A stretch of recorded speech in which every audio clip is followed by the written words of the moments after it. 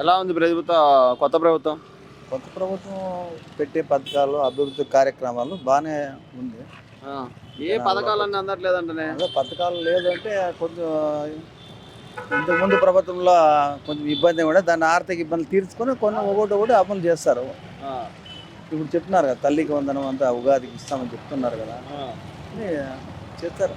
చేస్తారంటారా? చేస్తారని నమ్మకం ఉంది కాబట్టి ప్రజలంతా ఎన్నుకోండేది. హ్మ్.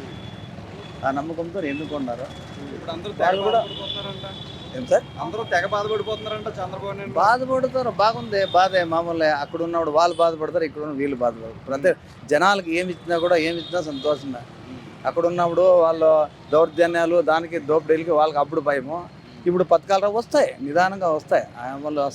వాళ్ళు సూపర్ 6 పథకాలు తప్పకుండా అమలు చేస్తామని హామీ ఇస్తారు. ఆ ప్రకారంగా వాళ్ళు నడుచుకునే దీంట్లో వాళ్ళ క్రమశిక్షణలో వాళ్ళ బాధ్యతగా తీసుకొని కేంద్రంతో పోరాడే తెచ్చుకునే ఇది ఉంది కాబట్టి చంద్రబాబు ఆయన మంచి నాలెడ్జ్ బాగుంది కాబట్టి, రాజకీయంలో అనుభవం ఉన్నటువంటి వ్యక్తి కాబట్టి ఆయన సాధిస్తాడు కూడా. ఆ నమ్మకం ఉంది. ఆయన చక్రం తిప్పే చంద్రబాబు అని నేషనల్ ఫ్రంట్లో ఆయనకు మొదటి నుంచి అనుభవం ఉంది కాబట్టి ప్రతి రాజకీయ నాయకులతో అండదండలు ఉండేపటి. మీరేమో చక్రం తిప్పుతారంటారు, వాళ్ళేమో వెన్నుపోటు పొడిచి ముందుకు వచ్చినట్టు. మామూలు సార్, వెన్నుపోటు మామూలు ఉంటుంది. ఈయన వెన్నుపోటు పొడిచిండ తల్లికి చెల్లికి వచ్చినట్రా? మామూలే. అంతే కదా. ఇప్పుడు వాళ్ళే ఆయన తెలియదే తిడుతుంది కదా. చెల్లి తల్లికి బాబాయ్కి గొడ్లు పెట్టి ఉండరు, ఫస్ట్ ఏమనరు హార్ట్ అటాక్ అనరు. హార్ట్ అటాక్లో చీలుతుందా? నడి చీలుతుందా ఎప్పుడన్నా? మళ్ళా అన్నీ మామూలు ఒకటి బయటకు వస్తాడు. వాళ్ళు వస్తాను కదా. ఇప్పుడు కోడలు నాని ఎక్కడ బొచ్చా అందరూ ఎక్కడెక్కడ వెళ్ళిపోయినారో వాళ్ళు కూడా. తొడతొట్టిన వాళ్ళు, మీసాలు తిన్న పోసాని కృష్ణ మురళిని కూడా అరెస్ట్ చేశారు, చూసారు వార్త? అన్నీ చూసినాం సార్. అసలు పోసాని మురళిని ఎందుకు గెలిగారంటారు వీళ్ళు? అదే మామూలుగానే ఉన్నప్పుడు అధికార పరిస్థితి. ఇప్పుడు నాకు ఎవరైనా అండదండలు బలంగా ఉంటే నేను కూడా ఏమైనా మాట్లాడగలను. ఇప్పుడు లేకున్నాడు మామూలుగా ఇరుక్కోవాల్సిందే. ఎవరు పాపం వాళ్ళు పండుతుంది. నేను చేసినా కూడా అంతే. నా మీద కూడా ఎవరైనా కానీ ప్రత్యేక చర్యలు తీసుకుంటారు. అది మామూలు చట్టం చేసుకుంటుంది. వాళ్ళ పార్టీ వాళ్ళ అంతేనా? అంతే. ఇప్పుడు లోకేష్ గారు పాలన అంటే డిప్యూటీ సీఎం లోకేష్ అంటున్నారు, ఎలా అనిపిస్తుంది? లోకేష్ పర్వాలేదు సార్. ఇంకా ఆయన అంత వయసు లేదో ముఖ్యమంత్రి. ఇంకా కొన్ని రోజులు అనుభవం తర్వాత ఆయన కూడా వస్తారు. అందుకే ఇంకా భవిష్యత్తులో ఉంది. ఇంకా ఆయన అభివృద్ధి కార్యక్రమాల్లో అందుబాటులో ఉండి ఇంకా కొంచెం అనుభవం అయిన తర్వాత ఇప్పుడు ఆయన వయసుకి ఆయన తగ్గట్టుగా ఆయన న్యాయం చేస్తున్నారు. పవన్ కళ్యాణ్ ఎలా అనిపిస్తున్నాడు సార్? ఆయన కూడా పర్వాలేదు సార్. ఆయన పార్టీ ఆయన మాస్, కానీ ఆయన గ్లాస్, ఆయన పాస్ పార్టీ అంతే.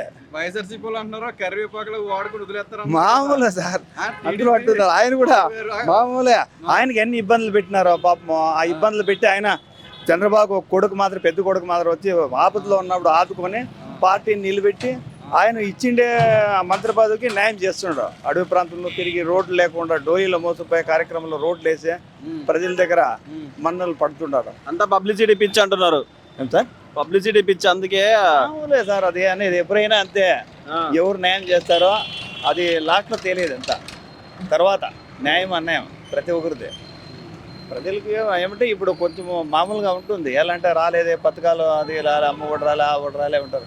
కానీ ఇప్పుడు కొంచెం ఆర్థిక పరిస్థితి ఇబ్బంది ఉంది కాబట్టి వాళ్ళు చెప్పిన సూపర్ 6 పథకాలు తప్పకుండా అమలు చేస్తామని చెప్పినారో ఆ మాట ప్రకారం చేస్తారు. మాకు తెలిసిన అంతే సార్. సార్, ఇప్పుడు మొన్న బాయ్కాట్ చేశారు కదా, ఆయన వాకౌట్ చేశారు. జగన్ గారు ప్రతిపక్ష హోదా ఇవ్వలేదని చెప్పి. ఇక్కడ రాజ్యాంగంలో లేకుండా చట్టం తేమంటే ఇక్కడ తెస్తారు. రాష్ట్రపతిని ఎత్తుకొచ్చి ఎమ్మెల్యే రాష్ట్రపతి parliament Bhavan, assembly Bhavan centre jail చేయాలంటే అవుతుందా? రాజ్యాంగంలో మార్చేకి అవుతుంది మార్పులు? అది ఏముంటాయి? ఇది పార్టీ రాజ్యాంగంలో ఆపొద్దు డాక్టర్ అంబేద్కర్ రాసినాడు. ఆ ప్రకారం ఆ విలువగా ఎంతమంది ఉన్నారో ఆ పర్సెంటేజ్ని బట్టి ప్రతిపక్ష హోదా ఇస్తారు. కానీ మనం కోరుకున్నట్లు ఎవరు ఇయ్యరు. కొత్త చట్టాలు ఏమన్నా అమలు అయితే ఇంకొక అంబేద్కర్ పుట్టాల.